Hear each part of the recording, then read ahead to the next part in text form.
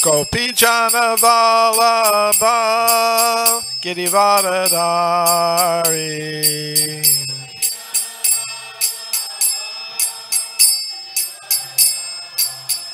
Sodanandana Rajajana Ranjana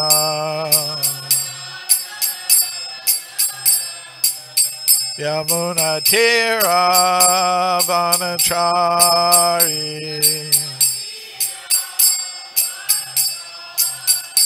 Jaya Radha Madhava Kunja Vihari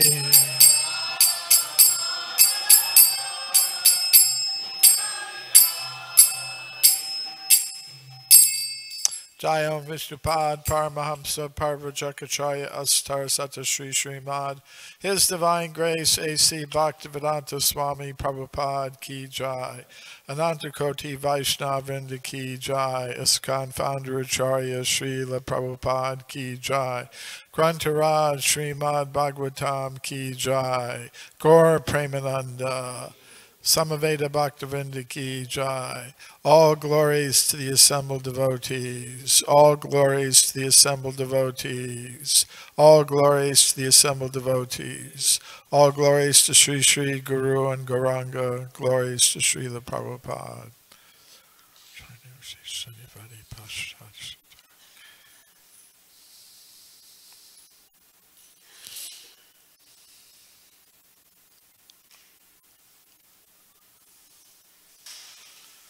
Om Namo Bhagavate Vasudevaya.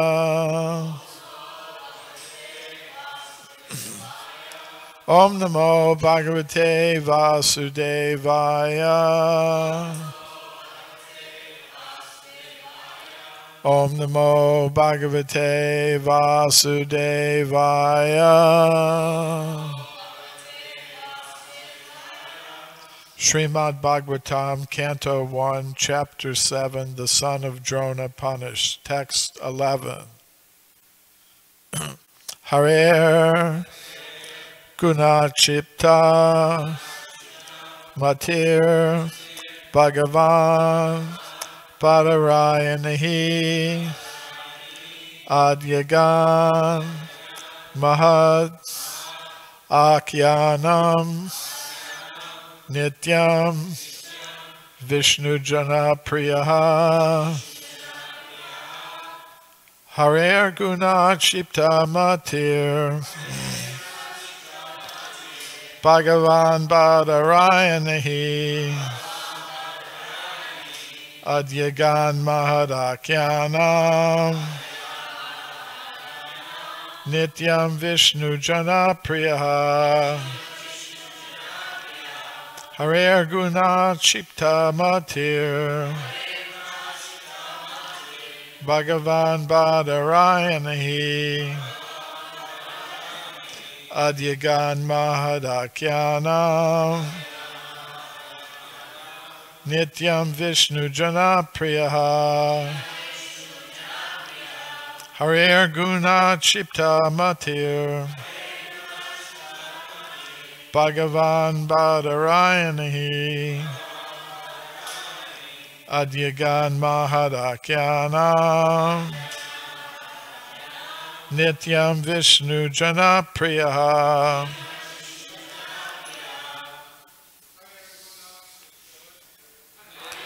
Shiptamatir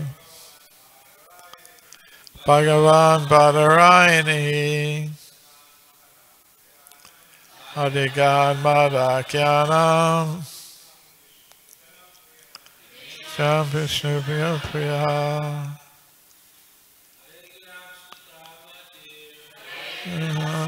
Ramatir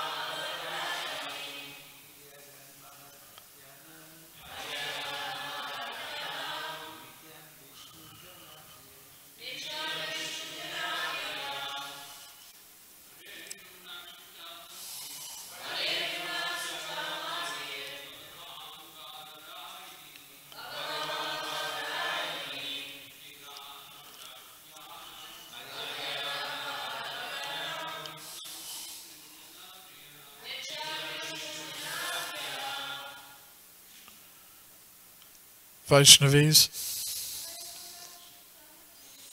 Nirguna Shipta Matir Bhagavan Badarayani Adigan Madhakyanam Nityam Vishnu Jana Priya Nirguna Shipta Matir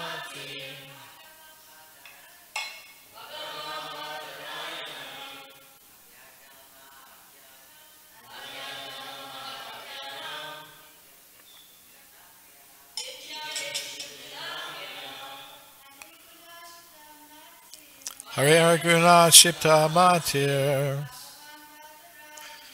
Bhagavan Badarayani Yuganaram Nityam Vishnu Janapriya. Hare of Hari, the personality of Godhead. Guna, transcendental attributes. Akshipta, being absorbed in. Matihi, mind. Bhagavan, powerful. Badarayanihi, the son of Vyasadeva. Adyagat, underwent studies. Mahat, great. Akhyanam, narration.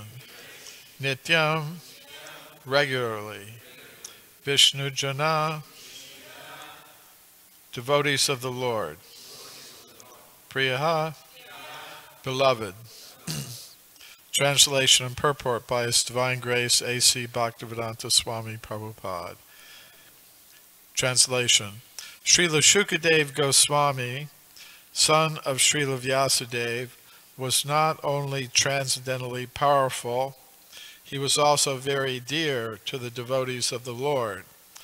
Thus he underwent the study of this great narration, Srimad Bhagavatam. Purport.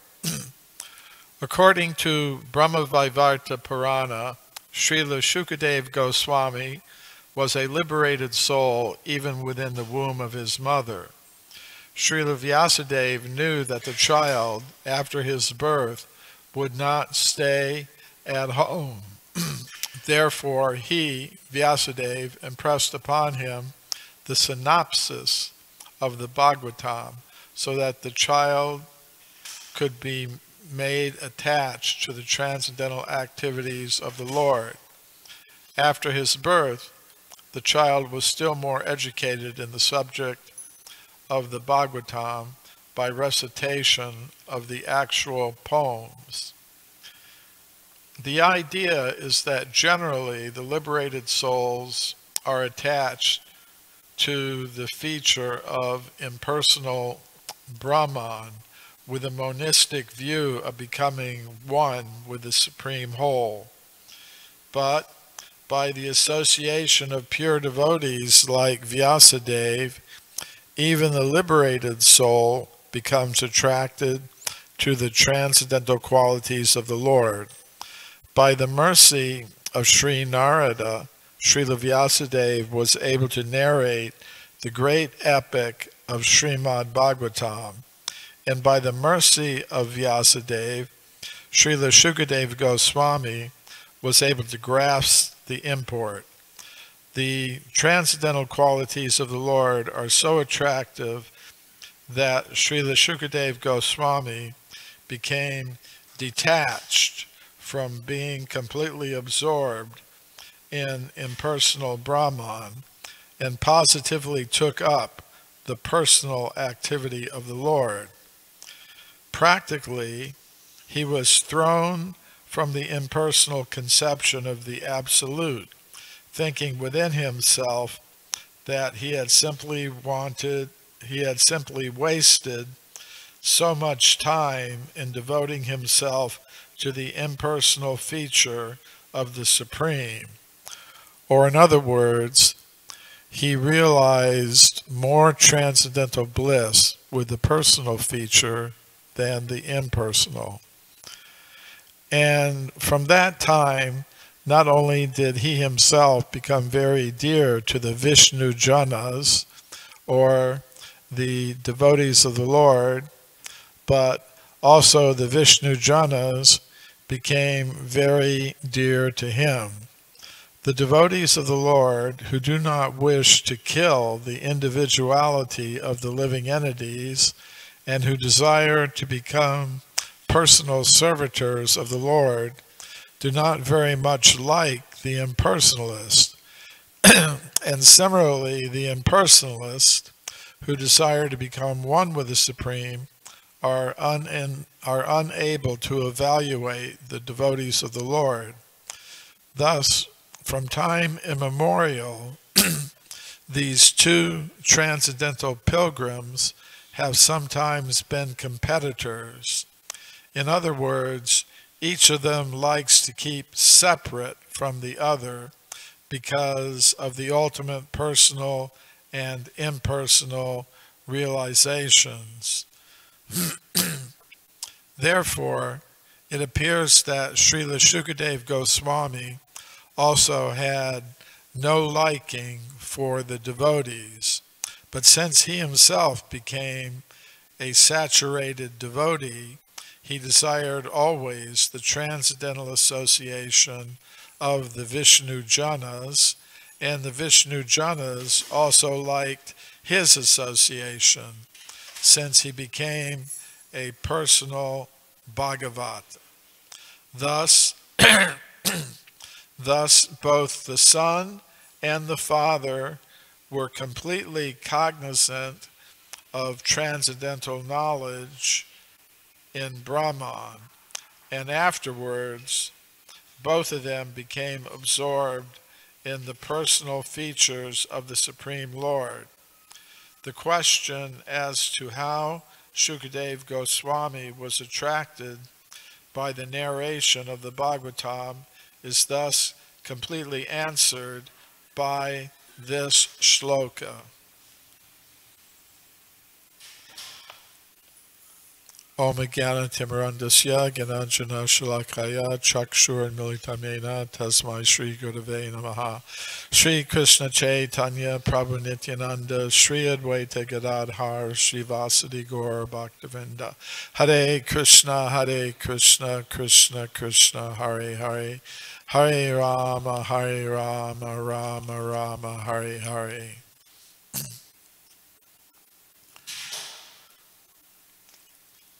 So in the first part of this purport, Srila Prabhupada explains how Shukadeva Goswami heard a synopsis of the Srimad Bhagavatam from him when he was in the womb of his mother.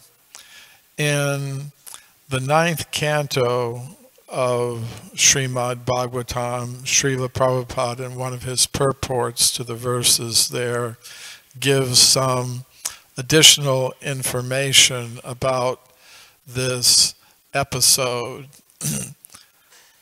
It's explained that Srila Vyasadeva, who had several wives actually, one of his wives was the daughter of a sage named Jabali, and Vyasadeva and his wife performed many years of austerities together, and then they decided to conceive a child.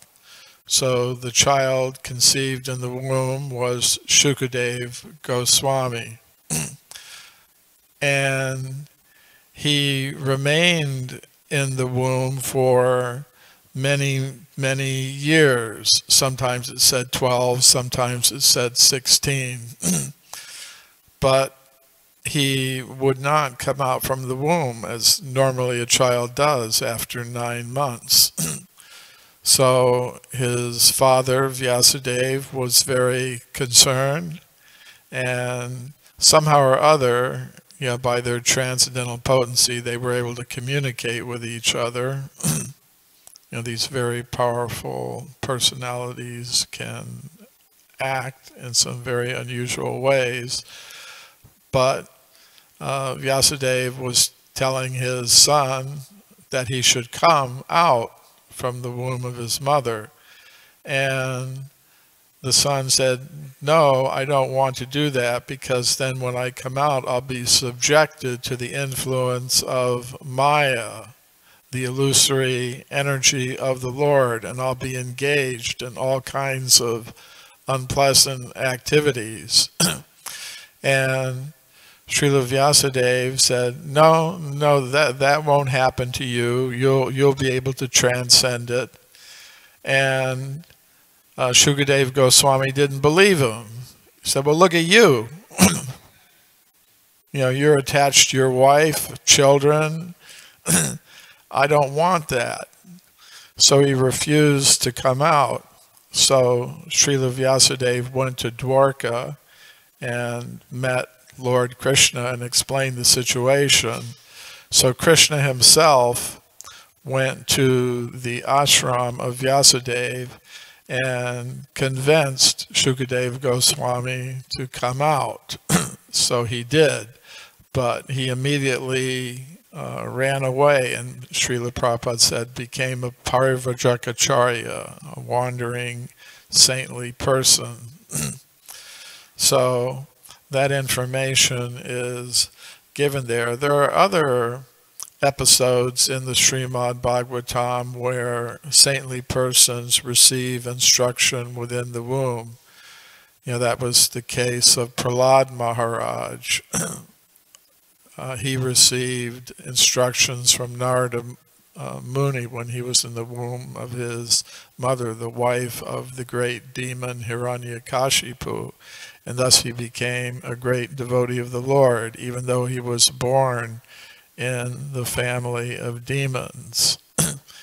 And Maharaj Parikshit, who heard the Srimad Bhagavatam later from Shukadeva Goswami, he also saw Lord Krishna within the womb of his mother Uttara. He was actually saved. We're going to be hearing about that. He was going to be killed by the Brahmastra weapon that was unleashed by Ashvatthama, but Krishna came within the womb of his mother and saved him. And after that, Parikshit was always looking to find that great personality that he had seen within the womb. And actually his name Parikshit means examiner. That means he was examining everyone. Is this the great personality that I saw in the womb of my mother? So there are many examples like that of personalities seeing Krishna, being instructed in transcendental knowledge, even within the wombs of their mothers. Of course, it's not a very pleasant situation. In the third canto of the Srimad Bhagavatam, 26th chapter, Lord Kapila explains the movements of the living entities. That's the name of the chapter. And the chapter starts out with a very famous verse, Karmana Daiva Netrena Jantur Deho Papataye, means by karma and by superior arrangement, the conditioned soul is placed in the womb of a particular mother to get a particular kind of body. Karmana, by the previous karma, Daiva Netrena, by divine superior arrangement, Jantur, the living entity, Deha Opapataye, gets a new body, a new material body. And then Lord Kapila begins to describe how the soul enters the body.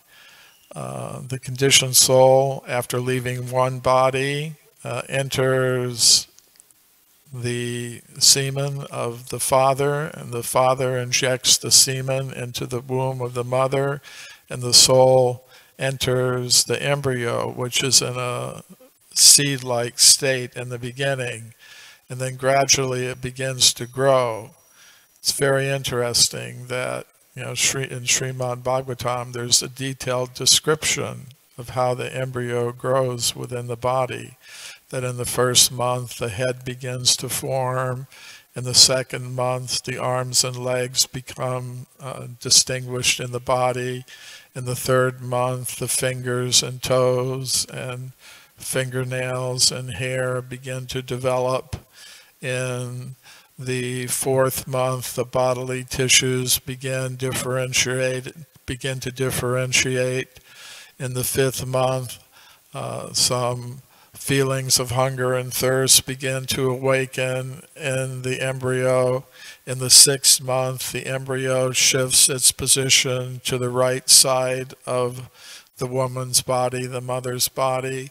And then in the seventh month, developed consciousness begins to manifest itself. And even scientifically speaking, I was reading one book by a psychologist lady that I met once. Her name was Jenny Wade. She wrote a book called Changes of Mind. It was published by State University of New York Press. And she was saying that scientifically, they do brainwave studies of the embryo, and they find that around the seventh month, that's when the brain waves are like that of a fully conscious human being. So that's also stated in the Srimad Bhagavatam, that in the seventh month, developed consciousness and awareness are there.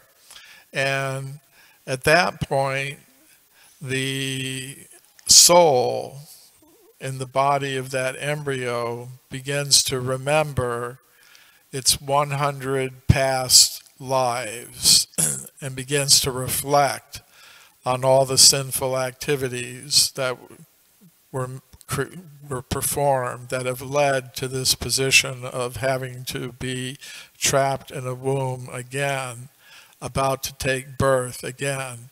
Of course, we hear from Bhagavad Gita, Lord Krishna saying, Janma Mrityu Jara Vyadhi Dukkha Dosha Anudarshanam. An intelligent person will see that the conditioned soul in the material world has to undergo 4 principal miseries. The first one being Janma, birth. So, and then illness, death, old age. Those things are there, but it begins with birth, being trapped within the womb. And there's an elaborate description of the different miseries that the soul, the embryo, undergoes in the womb. Lord Kapila gives that description in that chapter in the 3rd canto of the Srimad Bhagavatam. So the soul is praying to Krishna, somehow or other I've forgotten you. I know I'm spiritual by nature, but now I'm being covered by these material elements. I know it's my fault. I don't want to commit any more sinful activities so that I won't ever have to undergo this again. And in his purports to those verses of the Srimad Bhagavatam, Srila Prabhupada mentions how a person, who has undergone some operation, going to a doctor and having to undergo some severe kind of surgery, swears, I'll never behave in such a way that I have to undergo this again. I know, like, I went to a dentist a couple of years ago and had to get, root canal. And while the dentist was there just drilling and drilling and drilling, I was thinking, I'll brush my teeth. I'll floss. I never want to be in this position again. Or, as Srila Prabhupada said, a a woman undergoing labor decides, I'll never get in this position again. But of course we do. But the soul is praying like that to Krishna. Somehow or other, you've given me this human form of life, and I'm going to be so grateful, because in that human form of life, we can actually choose our destiny. That's the value of the human form of life. Atato Brahma Jigyasa. Now is the time to inquire about the absolute truth. So the soul swears, that's what I'm going to do with my life. I'm going to surrender to you, Krishna, Vishnu. I'm going to take advantage of my human form of life, and I'm going to steer myself in the proper direction so that I'll never have to undergo this again. So the soul is praying like that. And, it seems to the average materialist that this is something that's very difficult to understand. But, in my book, Human Devolution, I quote some passages from this psychiatrist, Jenny Wade's book, where she talks about fetal memories, that people actually, some of them have memories of what went on in the womb. Sometimes these memories are evoked by hypnotic regression, and studies have been done of hundreds of these cases where some people actually have some consciousness that goes back to the time when they were a fetus within the womb. And the great majority of them say they felt different from the fetus. Their consciousness felt separate from it, but at a certain point, they felt their consciousness entering into the developing body. And that process, it's actually described in the Srimad Bhagavatam. So the consciousness of the conditioned soul begins to identify with the covering of the material body. And then the actual process of birth takes place. And it's so traumatic that the fetus, as it's coming out, loses all its memory. It's a very traumatic experience. And then it kind of wakes up, and its consciousness is no longer in the state where it can be saying, praying to Krishna, I know I'm not this body, it's just limited to its little baby body. And then the Srimad Bhagavatam, that chapter, the movement of the living entities, then describes how, the child is there in its baby's body. It's completely forgotten everything that it was telling Krishna in the womb. And everybody's going, oh, you're so cute. And, it's not able to really communicate its feelings, and it's undergoing all kinds of pain and suffering that make it cry out. And then it grows up into a child, and the child has all kinds of desires it can never fulfill, so it experiences anger and sorrow, and then gradually grows up, becomes attracted to the opposite sex, becomes entangled in family life, grows old, grows sick, dies again, and goes through the whole thing again. But in that chapter, it said that one should make use of the human form of life to understand. I mean, the very first lesson of spiritual life is to understand Dehinosmin yata dehe kaumaram yovanam jara, that the soul is actually different than the body, and it has a different destiny. In that chapter, it's described the effects of bad association. Srila Prabhupada, not Srila Prabhupada, Srila Shukadev Goswami explains that for the man, the woman is the most potent manifestation of Maya, and for the woman, it's man who's the most potent manifestation of Maya. Daivi yesha gunamayi mamamaya durataya mameva ye prapadyante mayamitam taranti te. Krishna explains in the Bhagavad Gita, there's Maya, his energy, it's his divine potency, and it's very strong, and nobody can overcome it except one who surrenders to Krishna. Then such a surrendered person, a surrendered soul, can overcome the power of Maya and get freed from the cycle of birth and death.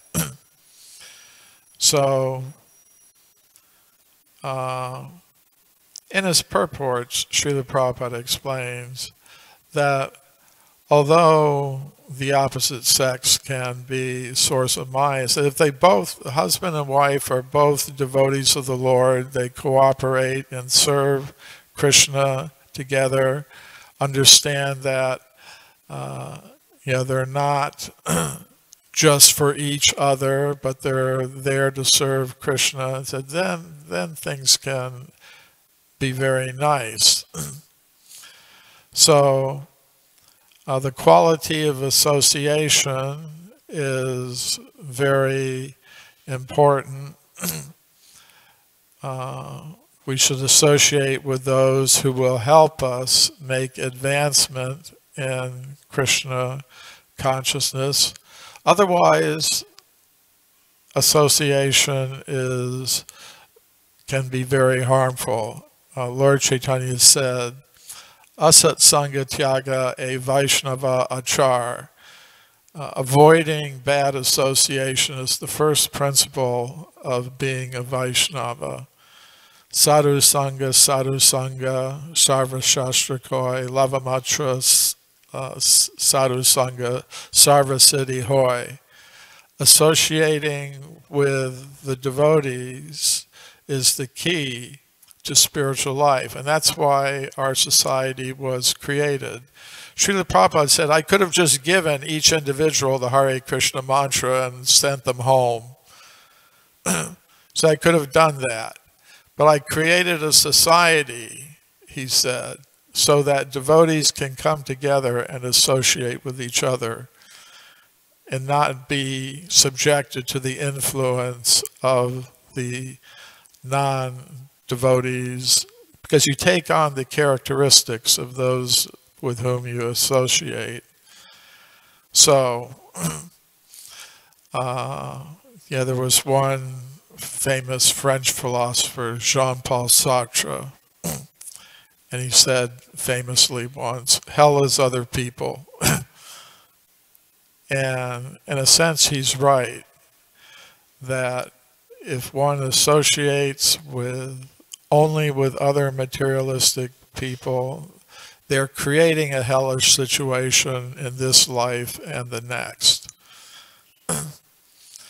But somehow if we come in contact with the pure devotee, Brahmanda Brahmate Kon Bhagavan Jeev Guru Krishna Prasadi Pai Bhakti Lata Bij, if somehow or another, as we're wandering through the material universe, taking one body after another, if somehow or other we come in contact with a pure devotee of the Lord, then we can receive, by the mercy of the pure devotee and Krishna, the seed of devotional service, which we can cultivate and make our human life successful. So I'll stop there. Srila Prabhupada ki jai, Srimad Bhagavatam ki jai.